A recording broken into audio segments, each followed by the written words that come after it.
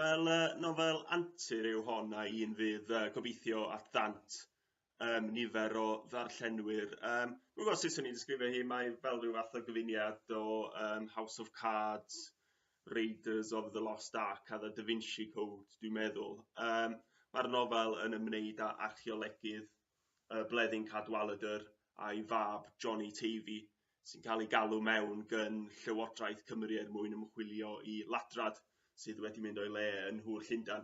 A mae Llywodraeth Cymru wedi cael gwybod bod yna ryw gysylltiad gyda'r y lladrad yma a chwedloniaeth Cymru. Felly mae Bleddyn Cadwaladr a'i fab Johnny Tavy yn mynd draw ymchwilio beth sydd wedi digwydd ac maen nhw'n darganfod cynllwyn terfysgol mwyn meddiannu grym dros Gymru gan ddefnyddio creiriau dinistriol o gyfnod y Mabinogi.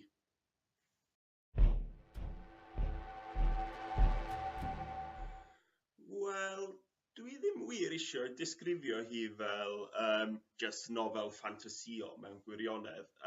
Mae yna'n sicr elfennau ffantasi yn y nofel. Ond i pan i weithio efo pobl yn tueddu cael rhyw fath darlun mewn i penna pan mae rhywun yn dweud nofel ffantasïol ac yn meddwl, wel, dwi ddim yn darllen y math yna nofel yn Gymraeg beth bynnag, felly bydd y nofel yma ddim i fi. Mae yna elfennau ffantasïol y nofel ond dwi'n tueddu i cadw nhw'n eitha cynnil os yn bosib.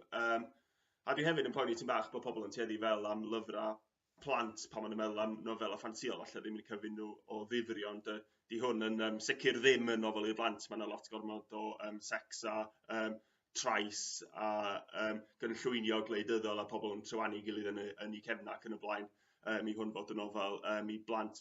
Dwi yn meddwl bod ffantasi yn gallu bod yn fodd o amlygu thema pwysig efallai. Da ni angen i trafod nhw fel cenedl. Ond sy'n ni'n meddwl nofel ynglyn â'r cysylltiad rhwng yr presennol a'r gorffennol, sy'n ni'n disgrifio nofel yma a nofel sy'n amlygu themau fel cenedlaetholdeb ac yn y blaen ydy'r nofel yma'n hytrach na just nofel ffantasïol.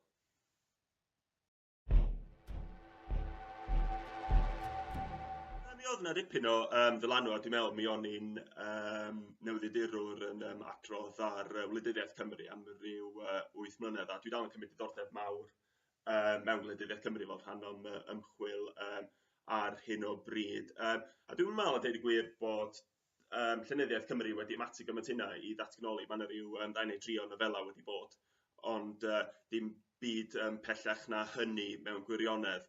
Dwi'n trio cadw'r gwleidyddiaeth yn nofel mor gyffrous a phosib. Mae yn nofel anturus wedi'r cyfan. Dwi eisiau bobl cael pleser mawr wrth i ddarllen o. Felly dwi'n trio gochel rhag gynnwys gormod o ryw drafodaethau gwleidyddol diflas yn y nofel a wedi glynu at y pethau mwy cyffrous, dwi'n meddwl. Dwi'n meddwl bod digwyddiadau dros y blwyddyn dwytha pethau fel Brexit a hefyd Donald Trump yn cael ei ethol yn yr Unol Daleithiau wedi cael dipyn o ddylanwad ar gyfeiriad y nofel hefyd.